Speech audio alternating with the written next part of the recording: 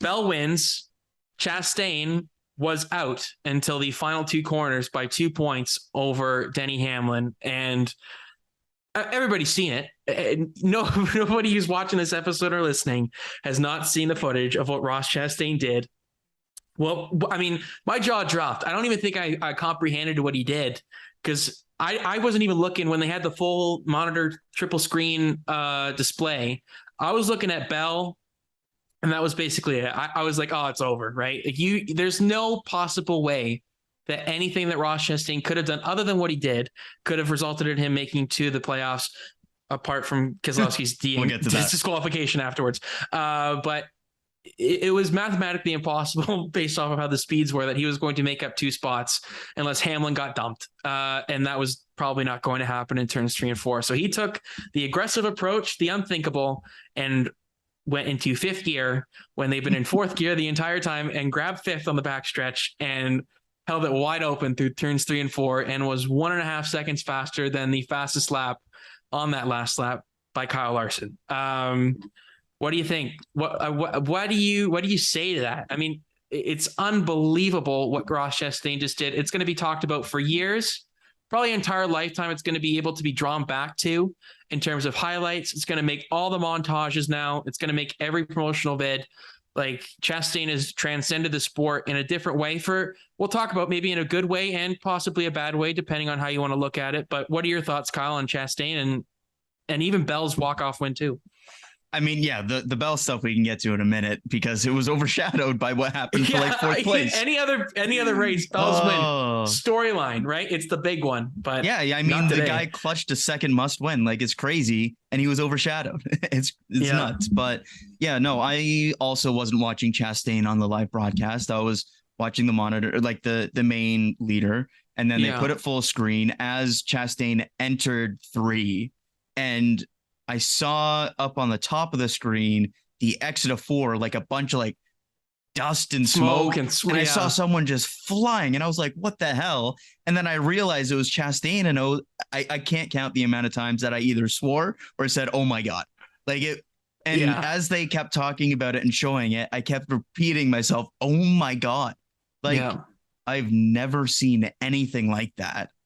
So many people have tried the video game move, and we've seen it every time where they go in, they pass the guy cuts back under him, and they win the race every single time. Carl Edwards, Larson, Darlington, Edwards back in the day. That's always what it is. They pound the wall. They have a bunch of speed. They lose all the speed. It's over. Yeah. Except nobody's tried it at a place where you don't carry speed through the corner, like Martinsville, and you just rimmed it around. And dude was going 200 miles an hour down the straight of Martinsville. I've never seen anything like it. It literally looked fake. It looked fake.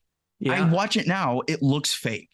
Yeah. If you didn't see that live, like if you weren't there in person, like the camera angle from the fan like, in turns 3 and 4, watching it like go that fast is unthinkable.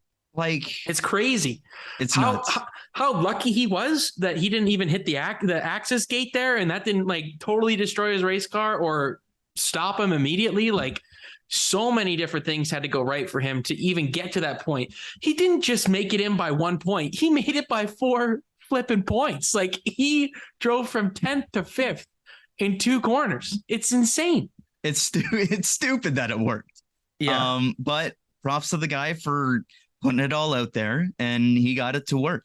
You can talk about like the ramifications of it, blah, blah, blah, whatever. The move itself is badass.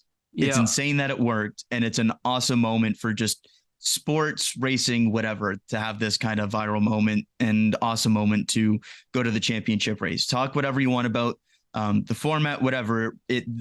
This is why they have the format the way that they do, because it creates unique moments like that. Nobody, if it's a season-long points championship or even a chase format, whatever, a 10 race playoff kind of thing, nobody's trying that for 5th place in those formats. In this format, you do. And that's why they have it. That's why they're going to hold on to it. And that's why they're never going to change it, because they want these big kind of Game 7 moments. I don't like the format because I feel like the Game 7 moments usually only come in that final championship race and it feels fabricated because it's always a game 7 moment, but we don't always get these moments where it's somebody trying to get in at the last moment, get that last possible point, and we get this incredible thing. And that's what makes it special, is because it's something that we don't see all the time. It's a unique situation where somebody had to get those points to move on. We don't always see that, where somebody's in a position to make a pass on a last lap or whatever to get through. And that's what made this moment special. And it's something we're going to remember for a very, very long time.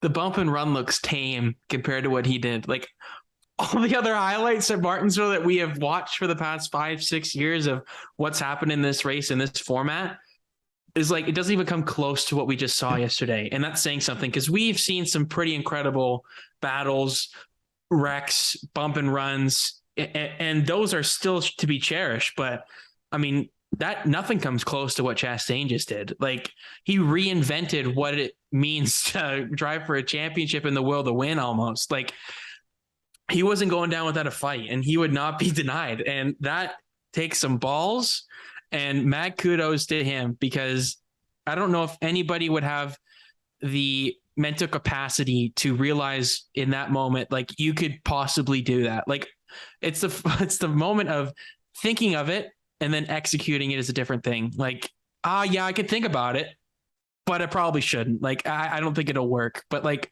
he went balls to the wall, literally. Like, I mean, that is reinventing everything that we know. They're the size of watermelons.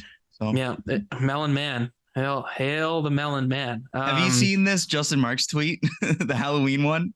I don't know if I've seen it. I'll pull it up. You know what I'm talking about if you'd seen it. You got to go look this up. This is the best Halloween costume I've seen. It is amazing. I don't know how he thought of this, but this is phenomenal. I don't want to spoil it by saying it. Yeah, he dressed up as a safer barrier. That's awesome. How does he do that in less than a day? Well, I mean, it's just a t-shirt, but I know, still though.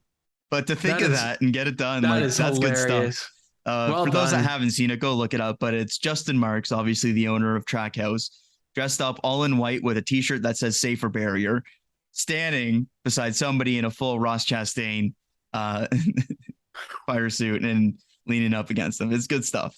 Good stuff. Yeah. We're going to remember this for a long time. This is something. I just love it. I just love it so much. And I don't even think you have to be a fan of Ross Chastain or anything. Like, you can just appreciate moments the move like this is itself. why people watch sports. Yep. It's 100%. The unknown, the I never thought this could happen type stuff. And this is why people watch sports. Yeah. I know after the race, Larson was very vocal that he thinks it was embarrassing. He didn't like the move.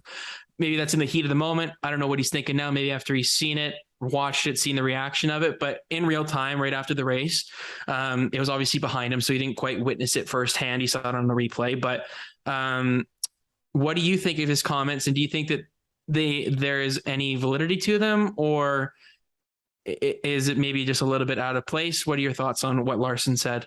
I think they're completely valid, and I tend to agree with them to a certain extent.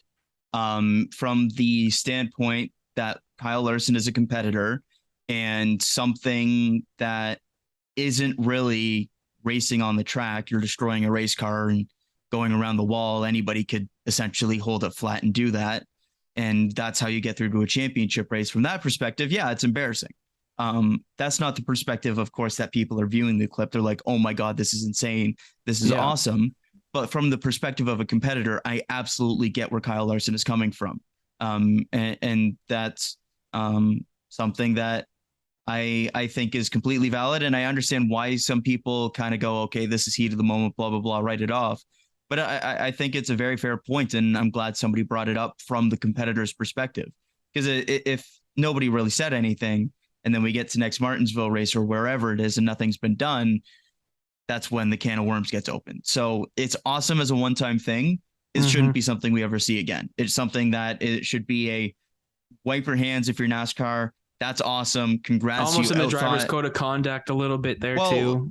It's to a certain extent, but just something where it's NASCAR, where it's even it's from like a car rule almost. If it's a car perspective and you bring in a legal part, but it's not in the rule book. They're like, fair enough.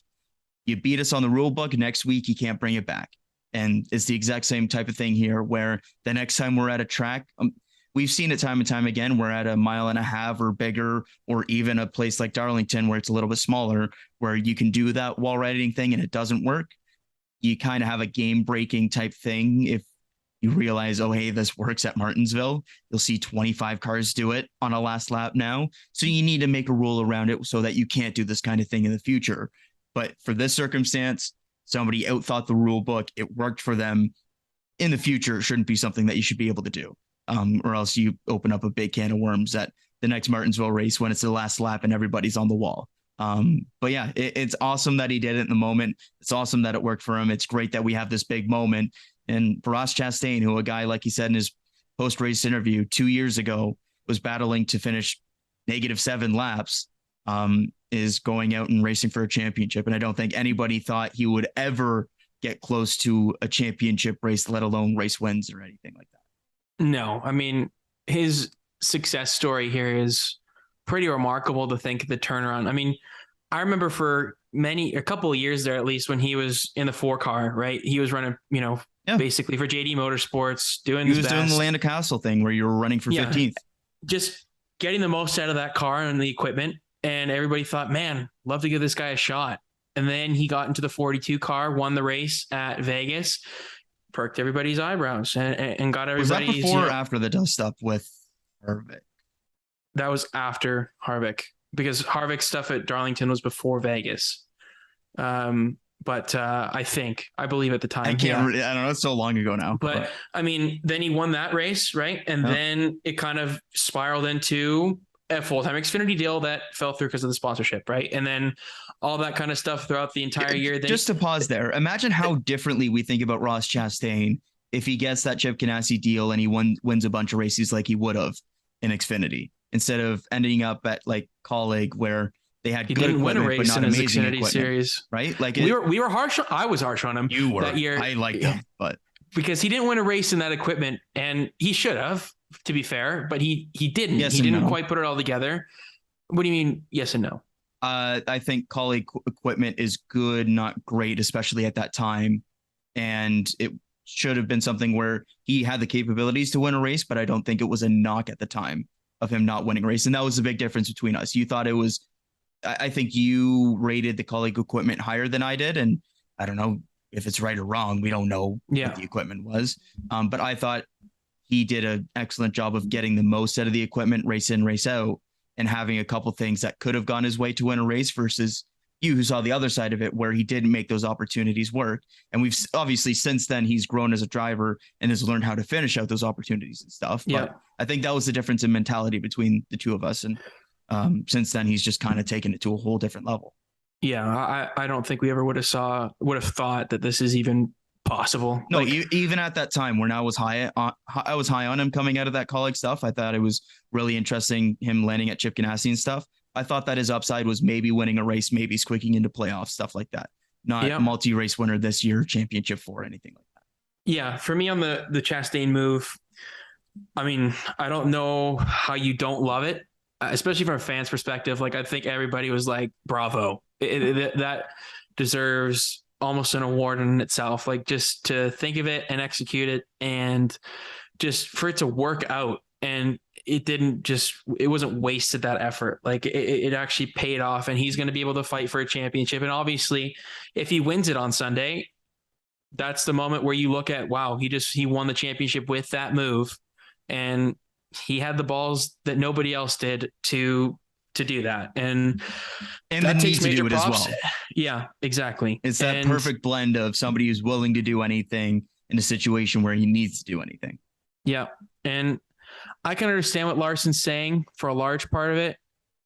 I don't know if I necessarily agree with embarrassing. I mean, from a competition standpoint, it is embarrassing that a guy who goes up and runs against the wall flat out can beat people who are honestly trying to race.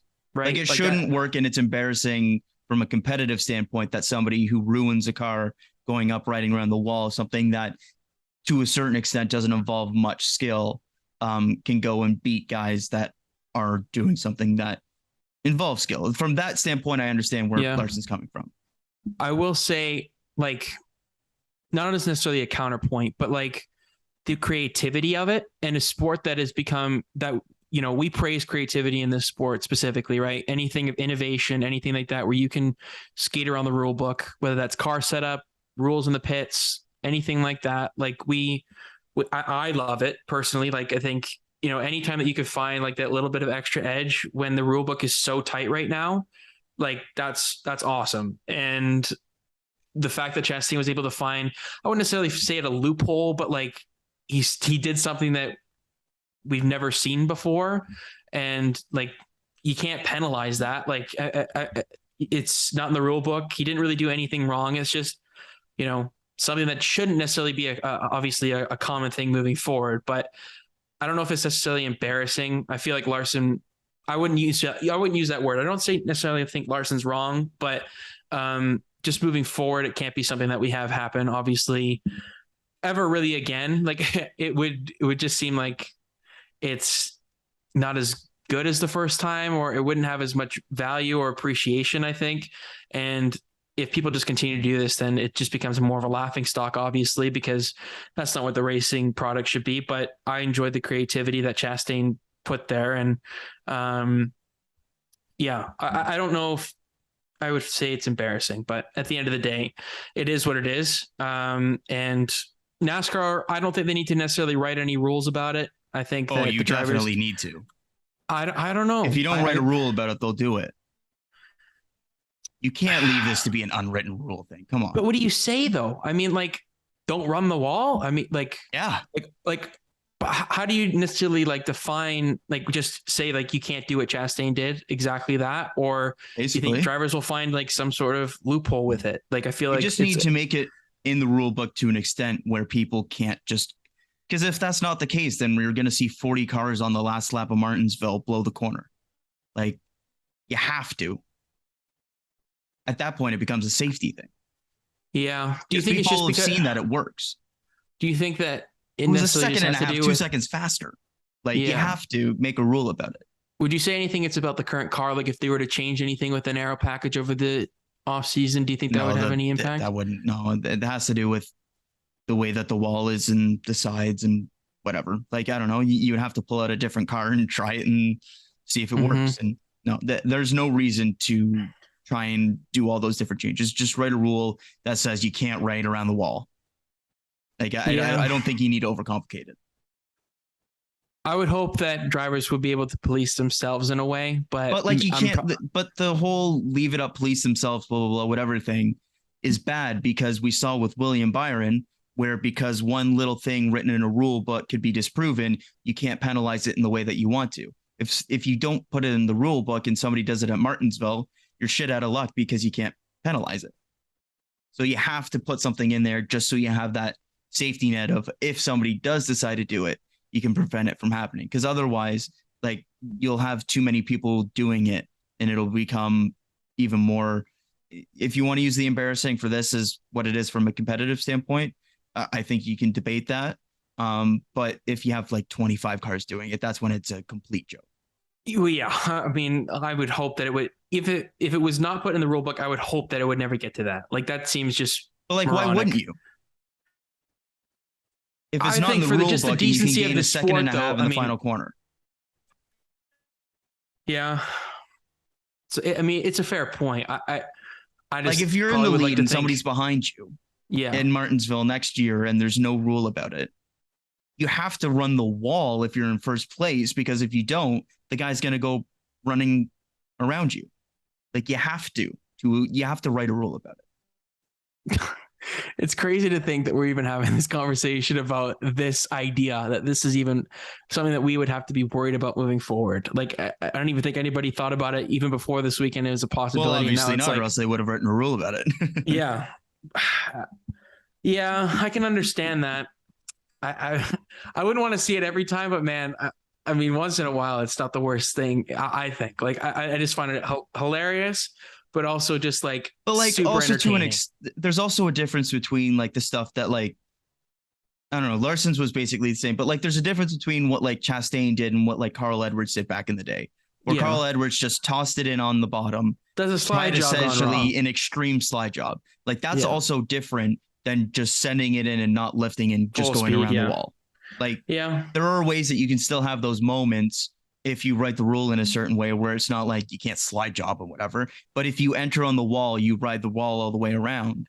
I can see where you can write a rule about it, or you just make it track specific and stuff like that. Like, you have to write some kind of rule about it, or else you get into the kind of then it can silly get out of situations control, right? and stuff that you want to avoid. But I don't know. It's an interesting discussion. I'm sure NASCAR will look over it in the off season and just they see. Don't. Yeah. Got some questions, but I mean, I'd be curious if they're not going to have anything ready for Phoenix. It doesn't seem like they're going to think about it after the season, but like, what's stopping you from doing it in 3 and 4 maybe this time if you're close, like if you can't get to them. I mean, no, like you could, but like there's a difference between like Phoenix and Martinsville in terms of the speed that you're carrying through the corner and stuff like that as well. It'd be pretty close, but yeah, Phoenix, obviously Phoenix is faster than Martinsville. I wonder what other tracks it would work on, to be honest. It'd be an interesting kind of debate because at least Martinsville is like narrower. Like Martinsville is like the only one that I can think of that it like works. Like I don't think you would really get it to work. Like, does Loudon work? I think it's too wide. That's what I think. Bristol? No, because you have too much speed. If you just run the high line at Bristol, you run faster than if you're right up against the wall and scrubbing speed. Yeah. Probably, I would think. Yeah, I mean, it's just crazy how the circumstances. I also would have thought the same with this one Martinsville. track and that works like that. Who's going to do the iRacing test where you try it out? Just don't pull a Chase Briscoe on Twitter and just do it on the actual iRacing stuff where it's, a little bit more realistic. Just don't do it online so you get banned. I do AI racing all the time. What are you talking about? So I know. I'm just advising people. I'm probably the best person to actually test get this. Reported. No. You have all the tracks bought? Jeez. No, I don't have Martinsville bought. You don't? No. It's a good one. You should have it. I'm a big Homestead guy. I've been racing USA International Speedway a little bit lately. Yeah, that's a good track. It's a fun little track. Well, I don't know. I like it. They run rookie races on it. You should race against people. That's something in the new year. That's a new year resolution. Okay.